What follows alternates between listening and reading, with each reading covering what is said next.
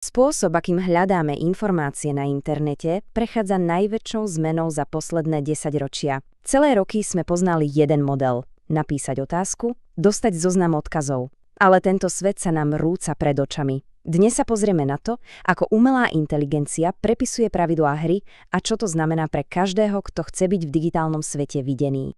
Viete, takmer 30 ročia to bolo ako v knižnici. Dostali sme zoznam odkazov, takých 10 modrých dverí, a bolo len na nás, aby sme otvárali jedni po druhých, hľadali informácie a skladali si odpoveď pekne sami. Vyhľadávač nám ukázal cestu, no prácu sme si museli urobiť my. Lenže presne toto sa teraz mení. Dnešné motory odpovedí už nefungujú ako knihovník. Namiesto zoznamu kníh nám dajú priamo hotový súhrn. Oni tie zdroje za nás prečítajú, pochopia ich a vytvoria z nich jednu jedinú ucelenú odpoveď. A verte mi, toto mení úplne všetko. No a to je tá kľúčová otázka, ktorú si dnes kladie každá značka a každý tvorca. Čo robiť, ak zmiznú kliknutia? Ako nás ľudia nájdú? Poďme sa spolu pozrieť na stratégie, ktoré budú v tomto novom svete rozhodovať o úspechu a neúspechu. Aby sme pochopili, kam smerujeme, musíme sa najprv pozrieť, odkiaľ vlastne prichádzame. Takže, začnime minulosťou, svetom tradičnej optimalizácie pre vyhľadávače, ktorý všetci dobre poznáme ako SEO. Celé SEO bolo postavené na fakt jednoduchej myšlienke. Predstavte si vyhľadávač ako toho knihovníka, ktorého som spomínal. Jeho úlohou nebolo čítať knihy za vás. Jeho úlohou bolo len ukázať, v ktorých regáloch a v ktorých knihách sa nachádzajú tie najrelevantnejšie informácie k vašej otázke. A preto sa celý proces v SEO točil okolo jedinej veci – získať kliknutie. Cieľom bolo dostať sa na vrchol zoznamu, aby používateľ klikol práve na vašu stránku, na váš odkaz. Úspech sa meral úplne jednoducho – počtom návštevníkov. Viac kliknutí znamenalo viac úspechu. Bodka. Dobre, a teraz skok do súčasnosti, kde sa pravidlá dramaticky menia. Vstupujeme do éry optimalizácie pre generatívne motory, alebo skrátene GEO. Zabudnite na prvé miesto v zozname. Pri GEO je to úplne iná hra. Tu už nebojujeme o pozíciu, ale o to, aby si nás umelá inteligencia všimla a aby nás citovala vo svojej odpovedi. Predstavte si, že AI je taký učenec, ktorý píše esej z 5 kníh. Naším cieľom je byť jednou z tých 5 kníh. A ako to vlastne funguje? No, za všetkým stojí technológia s názvom RAG. Je to proces v 3 krokoch. Najprv si AI načíta iba tie najdôležitejšie úryvky textu z rôznych zdrojov. Potom si tieto úryvky, povedzme, zapíše do svojej krátkodobej pamäte. A nakoniec z týchto poznámok vytvorí úplne novú, súvislú odpoveď. Ako teda optimalizovať pre GEO? V skratke, znamená to písať pre stroje. Každá sekcia musí byť samostatná, pretože AI si môže vybrať len jeden jediný odsek. Všetko dôležité musí byť úplne na začiatku. A autorita? Tá sa už nebuduje spätnými odkazmi, ale tým, že o vás píšu dôveryhodné zdroje. Dá sa povedať, že digitálne PR je novým SEO. A čo nás čaká ďalej? Keď sa pozrieme do budúcnosti, vidíme ďalšiu evolúciu. Optimalizáciu pre agentívne vyhľadávanie alebo ASO.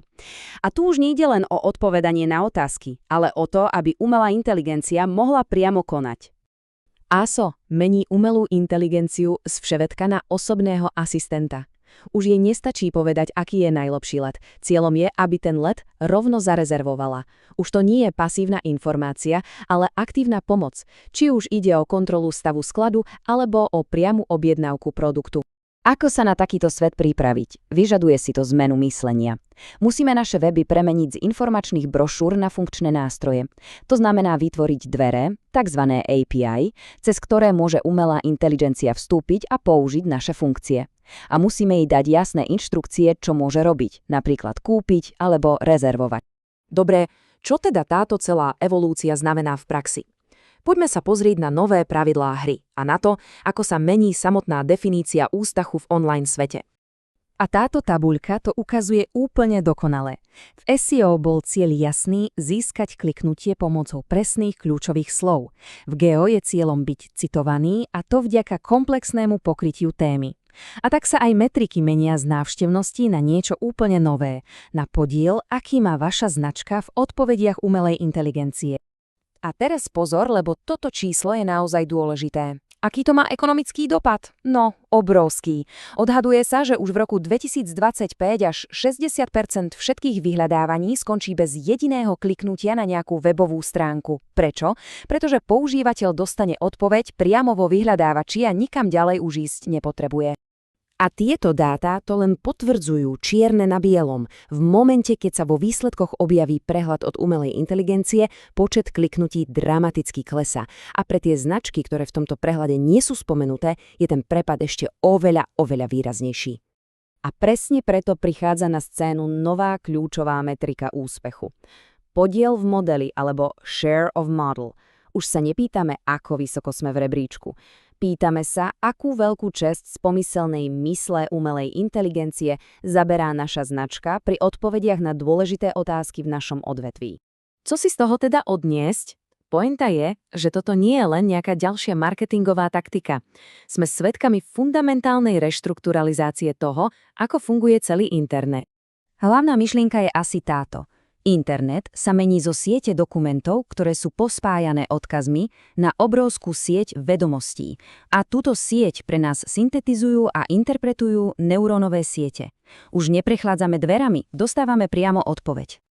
A tak na záver zostáva jedna jediná otázka, ktorú by si mala položiť každá značka, každý jednotlivec. Sme pripravení na svet dokumentov alebo na svet vedomostí?